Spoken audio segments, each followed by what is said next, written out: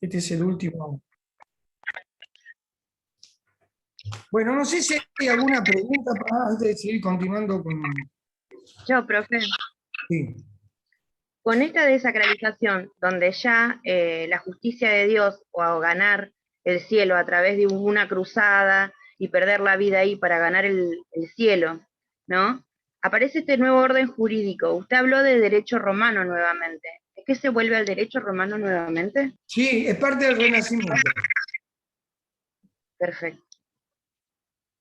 Porque la pregunta era que, ¿cómo se hace el orden jurídico? O sea, antes la cristiandad o el juicio de Dios es como que te hacía ver lo que estaba bien, lo que tenías que hacer, lo que no, y ahora el orden jurídico, ¿por dónde?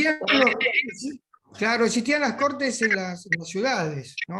Podemos saber un poquito con Marvin Harris esto. Esperemos poder llegar a verlo, pero digo, esto está muy ligado con esta situación, ¿no? Digamos, la nostalgia, la vuelta digamos, es un poco extraño porque la Iglesia Occidental tomó mucho del derecho romano, ¿no? La división, la administración, los presupuestos que realizaba la Iglesia Occidental estaban basados sobre la nostalgia romana, pero bueno, por supuesto que está muy vinculado con Carlomagno, ¿no? A la administración esa, pero es importante que entendamos que el derecho romano como orden jurídico, ¿no? Esto se va marcando de a poquito en su implementación y además en la interpretación que le pueda dar cada ciudad, ¿no? Tampoco podemos hablar de un derecho romano si no está conformado de los estados. Estamos hablando de principados, territorios difusos, en cuanto a sus límites. Bueno, no sé si Iván y Gabriel quieren hacer alguna pregunta, ya que están ahí. ¿Va todo bien? No sé si quieren hacer alguna preguntita. No, profe, por ahora estamos bien. Estamos hablando entre nosotros para ubicarnos temporalmente por ciertos desfasajes temporales que tenemos, ¿no? Pero Sí, hasta ahora estamos bien. también. Bueno, estamos hablando del siglo XIII al Sí. XIV-XV. ¿Está? Sí, sí, Sí, sí. ahí nos ubicamos, profe. Pero por Sí, ahora todo bien, todo perfecto. bueno, podríamos decir en dos ciudades, en Pisa, por supuesto, y lo que es la Sí. zona de París. Bien. Ok. Yo quería compartir con ustedes algo que a mí me parece que es muy importante cuando habla del espíritu nuevo, el texto, para que ustedes después puedan... 149. Bueno,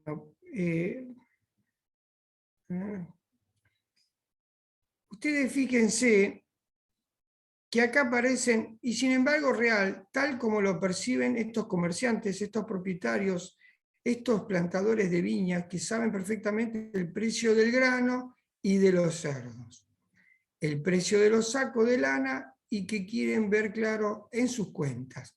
Esto, por supuesto, esperaban que el pintor hiciera elogio del trabajo eficaz, disciplinado, que produce mucho. Digo, esto está muy, muy marcado, ¿no? La participación y la influencia que van teniendo, ¿sí? Cada uno de estos mercaderes.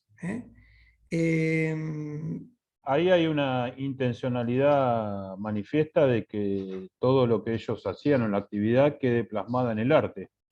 Exactamente. Por eso estaba hablando y con ustedes estaba compartiendo cuando se separa de esa interpretación digamos, del pueblo que hacían, sobre todo el humanismo en la literatura, ¿sí?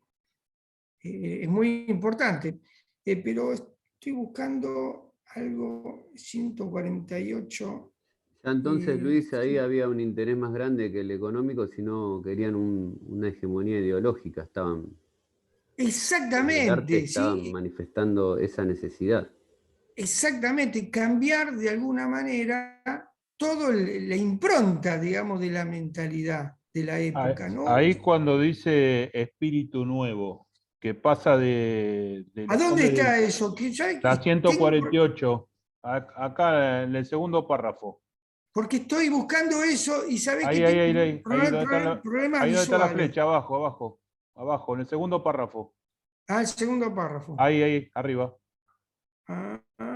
Pero que estoy ciego. la Donde verdad. apenas arranca el segundo párrafo. Ahí, profe. Luis. Sí. En Italia Central. Bueno, acá habla del Dante. Más arriba. En efecto, Ahí. Acá está. En efecto, he aquí el espíritu nuevo. La mano de los artistas ya no va guiada por hombres de la iglesia, bien clarito, sino por hombres de Estado. En la Italia Central, los dueños de la señoría urbana son gente de negocio. ¿Se entiende acá el ingreso? sí, totalmente. Ahí es donde se le da desde el arte acento a los gestos y a las sombras. Todo, humanizan el arte, lo sacan de la deidad, de esas imágenes. Exactamente, lo sacan de la deidad y lo sacan del pueblo. ¿Por qué, chicos? Porque el arte, de alguna manera, el arte, digamos, cristiano, acuérdense, es una integración, digamos, del paganus, ¿no? A tal punto que, por ejemplo, la Virgen la impone el pueblo más bajo, porque la iglesia, con la mujer en estos tiempos, no tenía, digamos, alguna relación de poder. Digamos, que una mujer estuviera en el poder era bastante complejo poder ingresarlo. Imagínense que el dogma de la Virgen, cuando digo dogma de la Virgen, se da el 8 de diciembre de 1850, lo que tardó la iglesia en reconocer el dogma de la Virgen. ¿Por qué? Digamos, nadie discutía a la Madre de Dios, pero sí discutían la presencia de una mujer. No sé si se entiende lo que quiero decir. Sí, Luis. ¿Se entiende?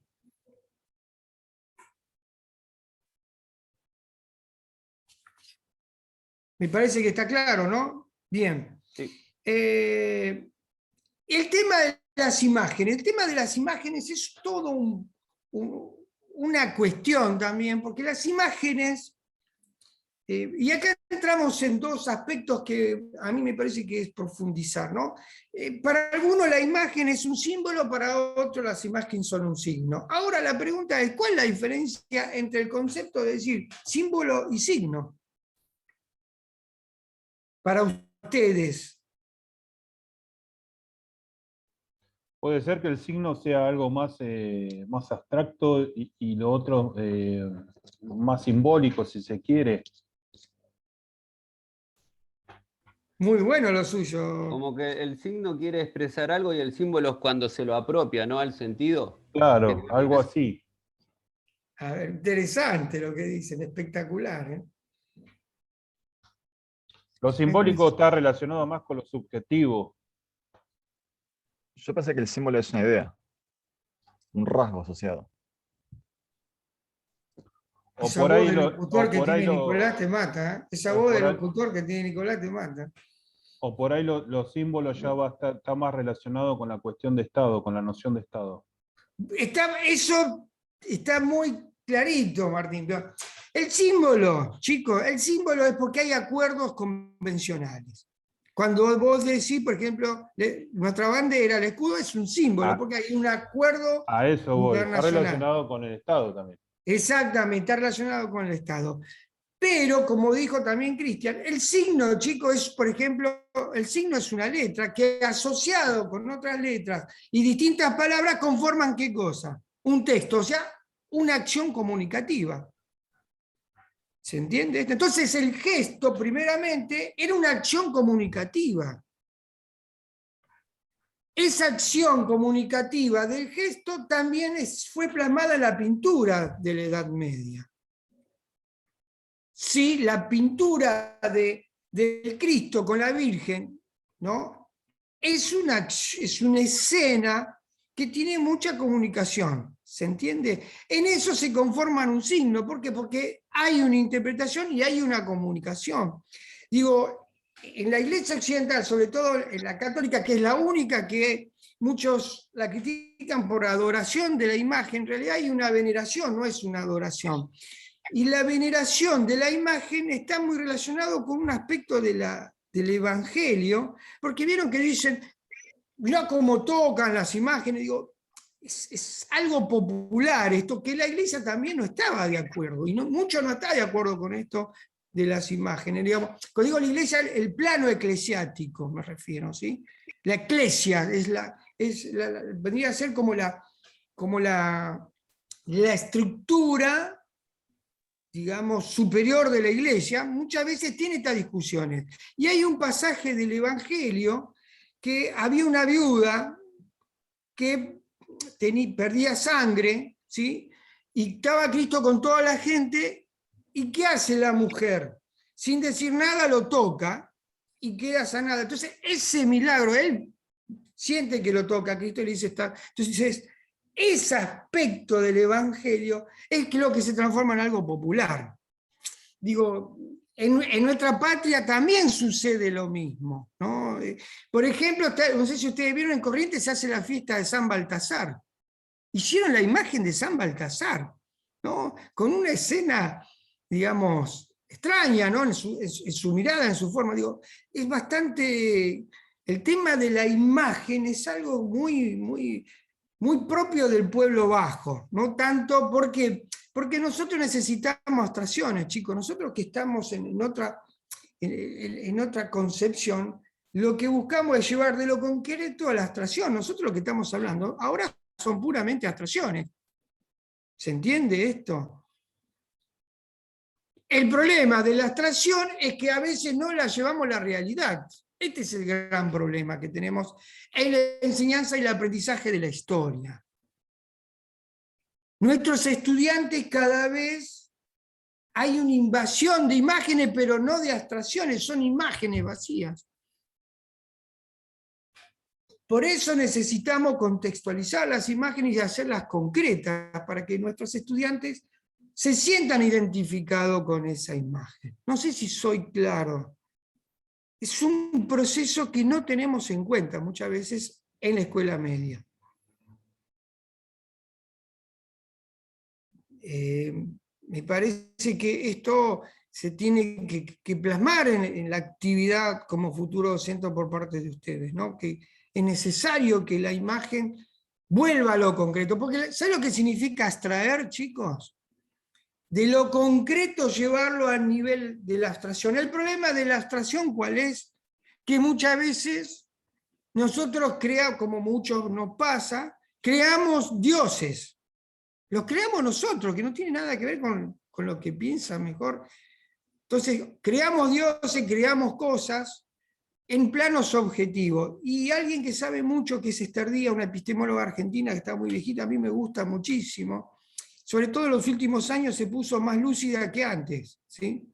Debe ser que se está cerca de la muerte que se pone más lúcida. Mucha gente, sí, se ríe, Cristian. Muchos autores, por ejemplo Legoff, se pusieron muy lúcidos porque ya estaba cercano a la muerte. Esto, no sé, es un proceso que, bueno, a mí me interesa mucho. Y ella dice que el conocimiento es válido cuando está relacionado con la realidad sociocultural. Si no está relacionado con la realidad, el conocimiento pierde, es efímero, no tiene sentido el conocimiento, ¿no? Es muy interesante esta postura y esta mirada, y sobre todo ponerla en este plano. Bien, pregunta. Así paso a otro aspecto.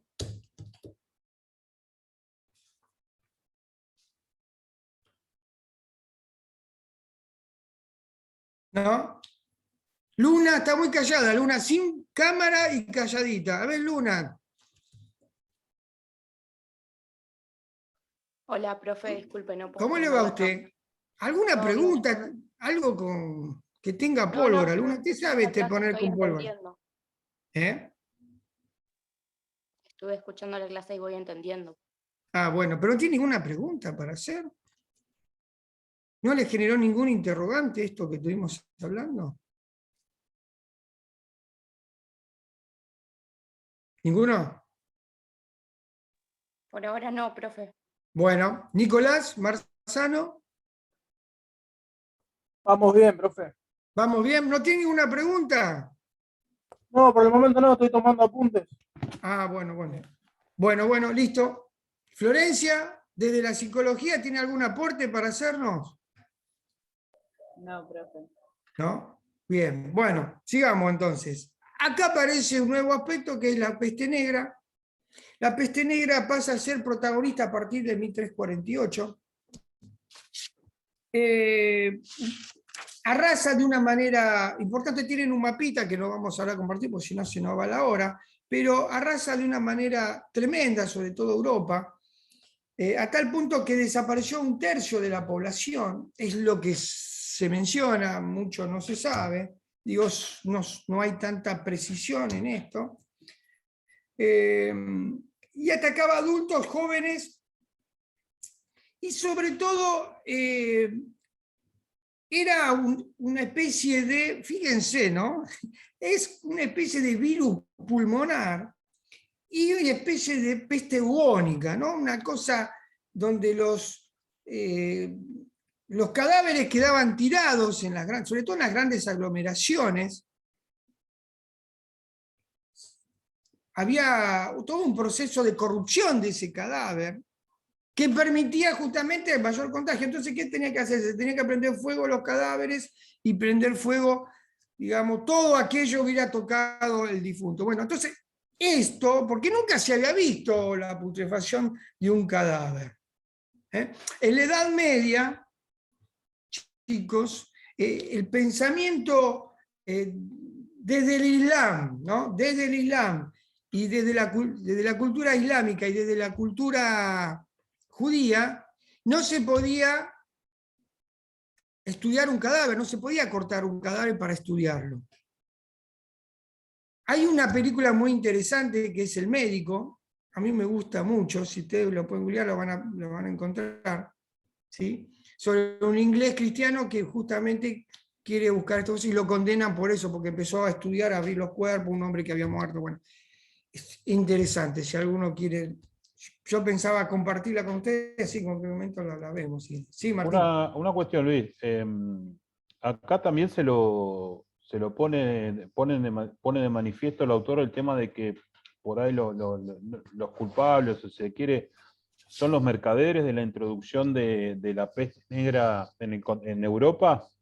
Sí, y sobre todo de los judíos, a tal punto Porque que salieron a matar judíos. acá veo, lo que veo, no sé, usted me corregirá si no está bien, veo una línea de coincidencia de distintos autores sobre la ubicación de la peste negra, tanto temporalmente,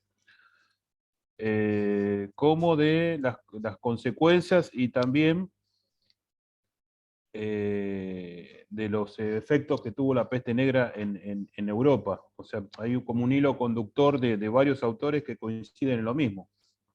Sí. De lo que venimos viendo.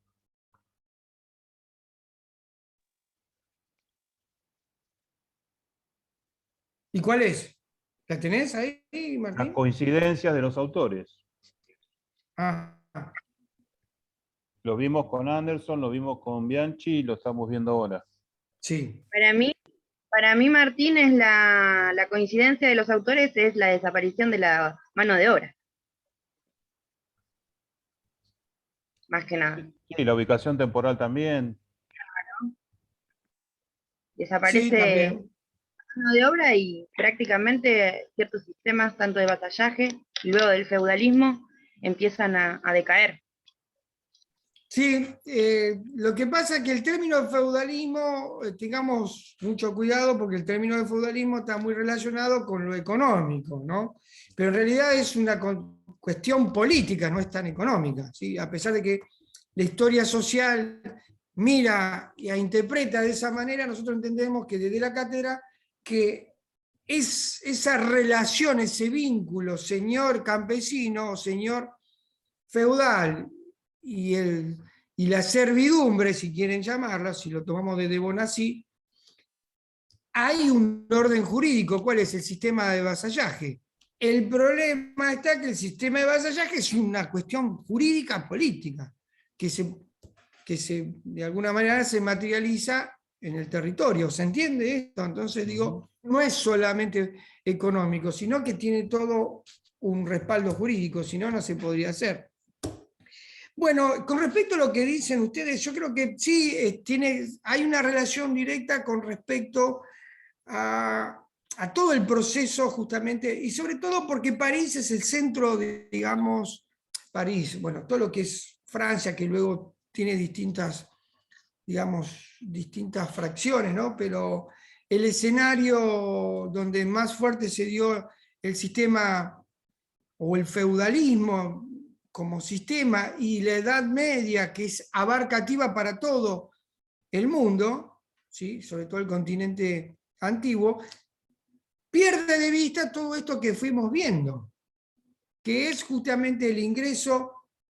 En realidad lo que podríamos decir que concuerdan todo es que el epicentro del Mediterráneo dejó de ser lo que era el gran desarrollo de la antigüedad, ¿sí? Pasando justamente a Europa continental como el epicentro de la Edad Media y el feudalismo con sus diferentes variantes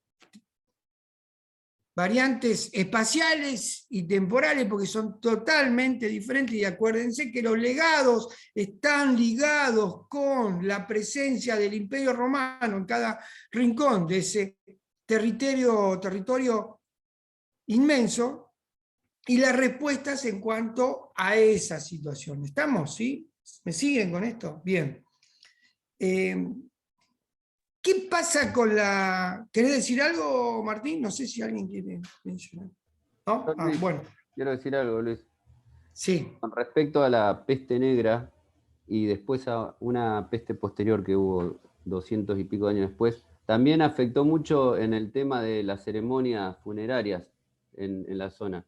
Porque a partir de esas dos pestes, de la negra y la que sucede después cerca de Inglaterra, se ordena a que las tumbas tengan mínimo 2 metros de profundidad y que los ataúdes no se puedan abrir hasta mínimo 1 año, que eso rompía con un montón de ceremonias de desenterrar muertos, hacerles unas ofrendas, festejos y demás. Cómo la peste, cómo algo tan externo a las creencias le cambia todo el panorama, a la cultura también funeraria de la época. ¿Usted no tiene una relación vincular con la actualidad, Cristian? Parece que estuviera hablando de ahora usted. Es terrible, ¿eh? ¿Cómo lees entre líneas, Luis? ¿No tiene cierta similitud, ¿no? Distintos contextos, cómo se fueron llevando, cómo... Compró una cochería, Cristian. Sí, ¿no? Es el renacimiento funerario ahora. Bueno, esto es lo interesante, chicos, que la respuesta la buscamos en el pasado. Fíjense, si nosotros entendemos que las respuestas también están en el pasado, que también están en el pasado, vamos a poder interpretar el presente y qué es lo que nos espera en adelante, ¿no? Porque esto, lo que vos dijiste lo vengo pensando hace mucho, Cristian. A mí me parece que viene un cambio de época, ¿no? Muy fuerte. Entonces, digo, después cuando cortemos la grabación tengo alguna información que le quiero compartir con ustedes, que es lo que yo sospecho, pero solamente lo quiero compartir. ¿Está? Bueno, respecto con lo que dice Cristian, digamos, peste negra porque los cuerpos se ponían negros en las calles, por eso le decían peste negra. ¿Sí? Surgen 3 interrogantes que vienen del mundo popular y que podríamos decir que la Iglesia lo toma, ¿no? Es frente a esta cantidad de muertos, sobre todo que era para todos los muertos, no tanto como en la actualidad, pero bueno. ¿Qué hacer? ¿De dónde viene el mal? Y la respuesta es del pecado, ¿no? Porque acá hay también una pregunta teológica. Por eso también salieron a matar a judíos y mercaderes, porque habían dicho, con lo que dice justamente Martín, que lo habían traído ellos. Pero hay algo que es interesante, que primero y principal, y que está relacionado con lo que dijo Cristian, se abandonan los grandes proyectos. Por ejemplo, se abandona la Catedral de Siena, la construcción por falta de mano de obra, como dijeron ustedes, de recursos. Lo que no dicen que hay un cambio en lo político y económico del poder.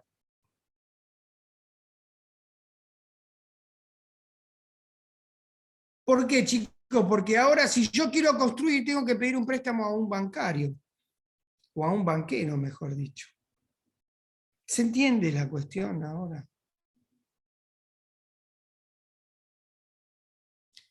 Y hay un indicador que es tremendo, ¿no? Donde dice que todos salieron a vender sus... ¿A usted no le llamó la atención?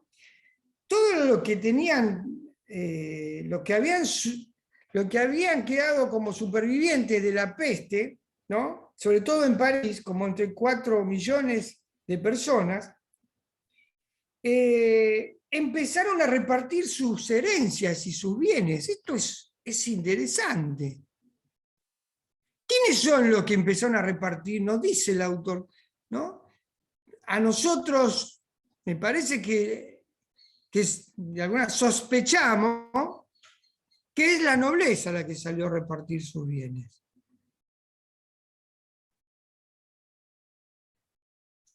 A regalarlos de alguna manera, que esto tiene que ver con una movilidad social sobre un estrato entre los mercaderes y la nobleza. Punto número 1. Y hay otro indicador que dice de que había menos pobres después de la pandemia, de la peste negra que antes, ¿no? Sí, obvio, no quedó ni el loro. Claro, no, pero además esta repartija, porque pensaban que el mal venía justamente por poseer tantas cosas, empezaron a... Este sentido de oblación, ¿se acuerdan que hablábamos con Dubí también? Bueno, esto también es interesante, ¿no? Es muy interesante. Bueno,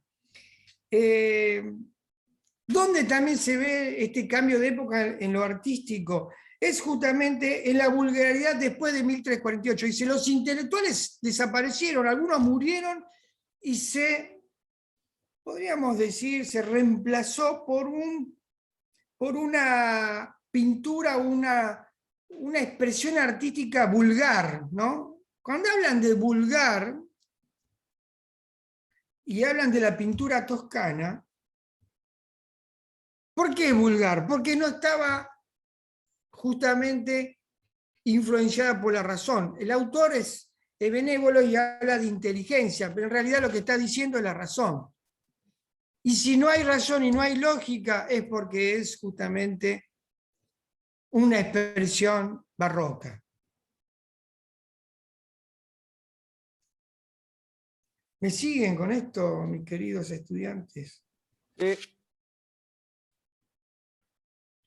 Y hay algo que quiero compartir con ustedes que, la verdad, bueno, es algo que en la página 156 lo van a encontrar, que ahora no voy a compartirlo, pero cómo el autor tiene esta influencia, podríamos decir, eurocentrista, porque habla de que, fíjense, unos quedan 10 minutos, a ver si vamos a la fuente, porque si no va a quedar como que, esperen un cachito que tengo que primero ubicarlo. 157.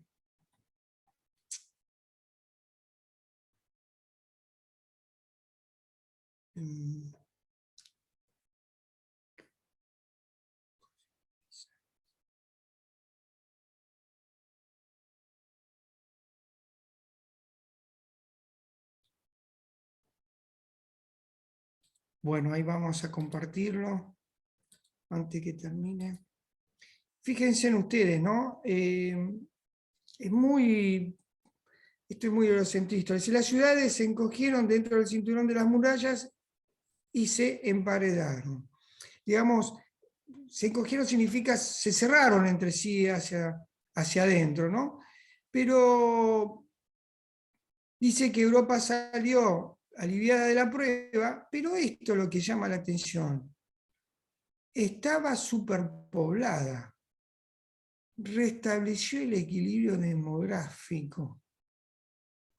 El bienestar que se estableció explica la creación artística, no haya perdido su vitalidad, pero como todas las cosas, cambió de tono. ¿No les llama la atención esto a ustedes?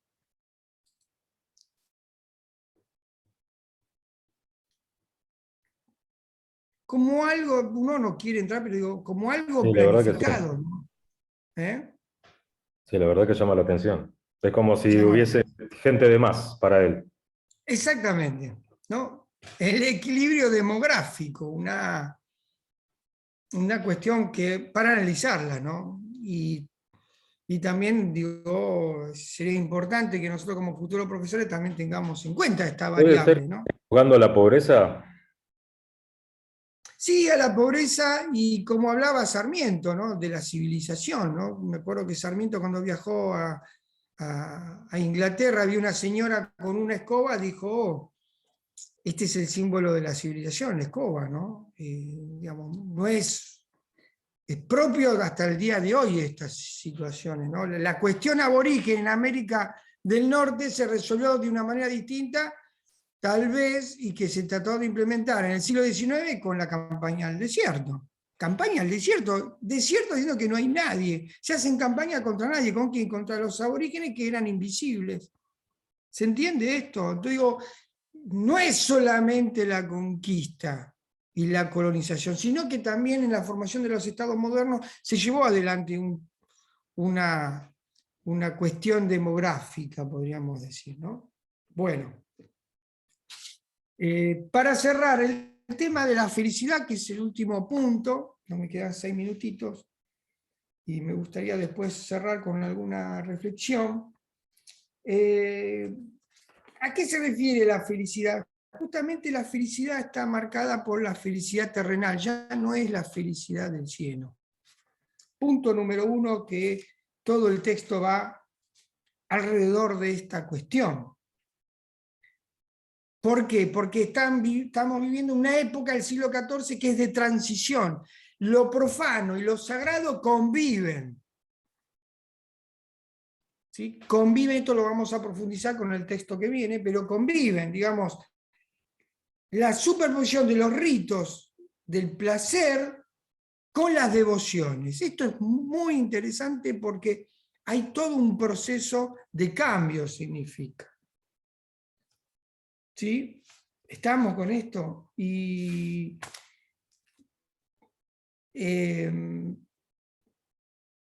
esto se ve también en la pintura, ¿no? Porque las imágenes ven un Cristo, una escena cuando era chico con lágrimas, ¿no? Entonces eso también tiene que ver toda una simbología de un nuevo cristianismo también, porque el cristianismo no es que se termina, hay un nuevo cristianismo basado en la materia, ya no en lo espiritual, ¿no? Esto, ni tampoco en la salvación, sino ya más que nada en esta felicidad terrenal.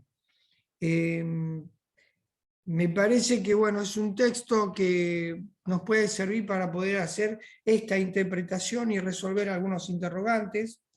Esos interrogantes no solo pudimos entre todos buscarle la respuesta, sino que también nos generaron otros interrogantes, ¿no? Interrogantes que están relacionados con el día de hoy. Fíjense, hoy nos generaron interrogantes que en otro momento, tal vez de la pandemia, no hubieran surgido estos interrogantes. ¿Sí? Entonces, esto tiene que ver propiamente la metodología de la historia, ¿no? Que cada día voy a tener y voy a generar un interrogante distinto, porque el contexto está modificando justamente no solo las problemáticas, sino también los indicadores, los estados de ánimos y también la cultura. Bueno, no sé si hay alguna pregunta. No, profe. Por mi lado no, Luis, todo bien. Bueno, la continuidad de este texto va a tener en la próxima clase, que después se lo voy a compartir, me olvidé de los chicos de Iván y de Gabriel. El próximo texto que para que hagan lectura ustedes mismos, ¿sí? Es un texto de Huizinga, que se llama El otoño de la Edad Media, que es un clásico, para poder entender la mentalidad después de la peste negra, va a estar vinculado a esto, ¿no? ¿Cuál es la propuesta de la mentalidad? Y la mirada desde abajo hacia arriba, como siempre les propongo yo, ¿no? Digamos, ahora tuvimos una mirada de arriba hacia abajo, bueno, la próxima es de abajo hacia arriba. Esto también es parte del ejercicio del análisis y en el poco tiempo que a veces tenemos para analizar estos textos y la variedad de textos que podemos llegar a desarrollar y vincular, porque la idea es hacer un trabajo historiográfico más allá, digamos, de no caer en hegemonismo, ni tampoco caer en una mirada propia, sino que la construcción del conocimiento sea a través de estos aspectos, y como dice también Esther Díaz, que las ciencias sociales, en el caso nuestro, parte de las ciencias sociales no es objetiva, es subjetiva totalmente. ¿Y dónde está la objetividad? En la intersubjetividad, o sea, en todo el trabajo que podemos hacer en cuanto a los distintos ángulos de análisis, poder llegar a una conclusión. Y la conclusión que llevamos hoy es que esta mirada desde la catedral, desde las ciudades, es una mirada propia que está incluida dentro de un proceso histórico llamado Renacimiento, y que de alguna manera habría que ver si eso fue un renacimiento de las ciudades o fue un renacimiento desde la pintura. ¿Estamos? Profe, Para una que consulta. después... Sí.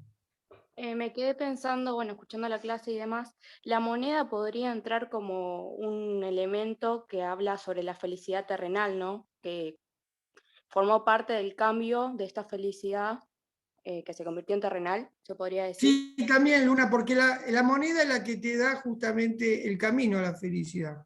Claro, claro, es lo que pensaba, estaba pensando, me quedé pensando en eso, sinceramente. El camino a la felicidad, digo, para los mercaderes, pero para el que se endeudaba no era ningún camino a la felicidad, ¿no? Y sobre todo la deuda, ¿no? La cosmovisión de la deuda. Esto vamos a hacer con la propuesta que va a venir, ya la haremos la semana que viene, sobre la reseña histórica, ¿no? De un texto, ¿sí? Que podamos ir trabajando. Que es el último trabajo, ya no hay más trabajo, que ese va con nota, con mismo que el que están haciendo, ¿no? Buenísimo, gracias, profe. No, gracias a usted. Bueno, no sé si hay alguna pregunta más. No sé si Iván y Gabriel.